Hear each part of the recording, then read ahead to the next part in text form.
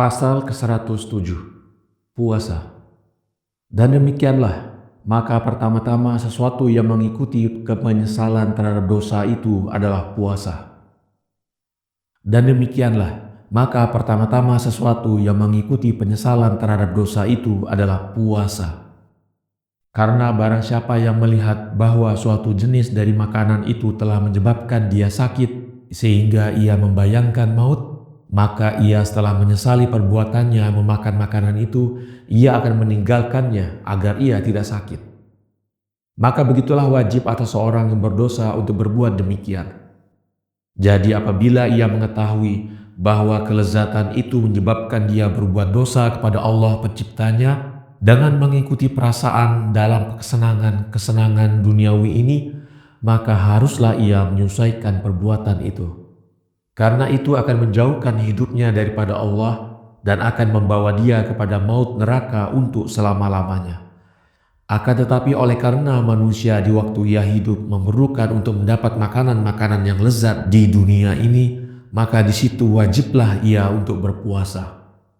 Jadi hendaklah ia mengambil jalan untuk mematikan perasaan itu dan supaya ia mengenal bahwa Allah adalah Tuannya. Lalu apabila ia melihat bahwa perasaan itu menolak puasa, maka hendaklah ia meletakkan di hadapannya keadaan neraka, di mana tiada kelezatan sama sekali, tetapi hanya kesedihan yang tidak berkesudahan. Hendaknya ia meletakkan di depannya kesenangan-kesenangan surga yang begitu besar, sehingga sebutir dari kesenangan-kesenangan surga itu jauh lebih besar daripada serba kesenangan di dunia ini. Dan dengan demikian akan mudahlah menjinakkan perasaan itu. Karena sifat menerima sedikit untuk mendapatkan yang banyak adalah lebih baik daripada melepaskan nafsu dalam yang sedikit dengan kehilangan segala sesuatu serta berdiam dalam siksa. Dan hendaknya kamu mengingat si kaya tukang membuat jamuan-jamuan itu agar kamu berpuasa dengan baik. Karena ketika ia di sini di dunia ini suka bersenang-senang tiap hari, maka dicegahlah ia buat selama-lamanya dari setetes air, sedang Lazarus yang di dunia ini menerima remah-remahnya saja, maka ia akan hidup untuk selama-lamanya dalam kesenangan dan serba kelezatan di surga.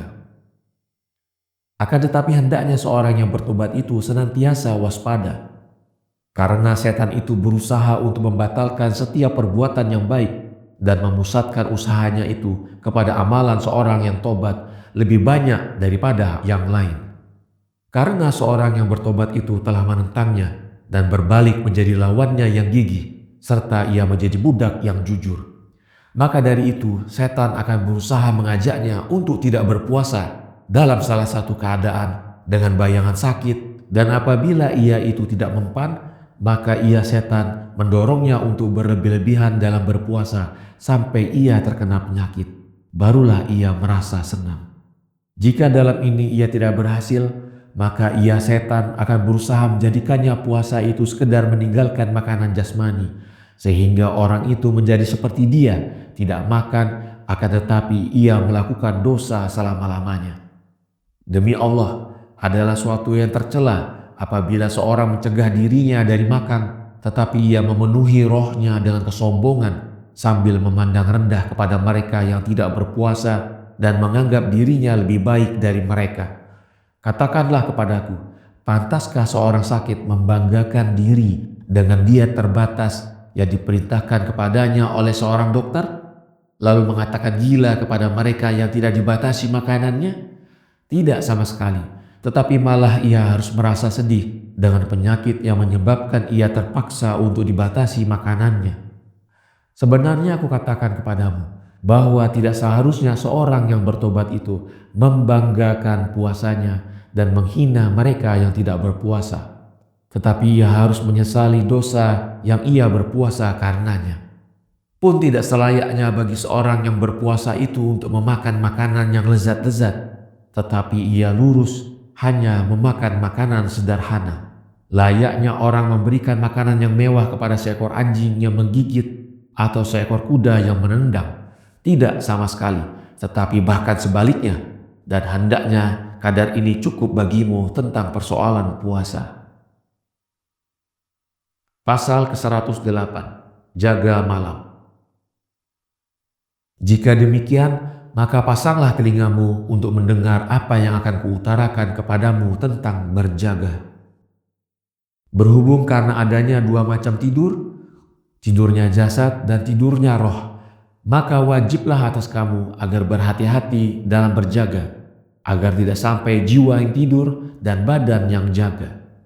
Sungguh itu akan merupakan kesalahan yang buruk sekali. Bagaimana pendapatmu sekalian tentang perumpamaan ini? Ketika ada seorang yang berjalan kaki, tiba-tiba ia terantuk sebuah batu. Maka agar supaya kakinya tidak terantuk lebih dari itu, ditumbuklah batu itu dengan kepalanya. Apakah keadaan orang semacam itu? Para murid menjawab, dia adalah seorang yang sial, dan seorang semacam itu pasti terkena penyakit gila. Maka Yesus menjawab, bagus jawabanmu.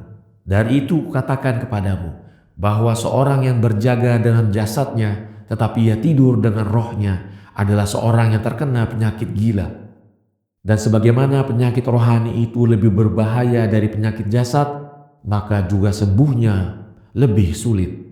Layaknya seorang sial seperti itu membanggakan berjaganya dengan jasad yang merupakan kaki bagi hidup ini, sedang ia tidak melihat kesengsaraannya dalam mana ia tidur dengan roh yang merupakan kepala bagi hidup.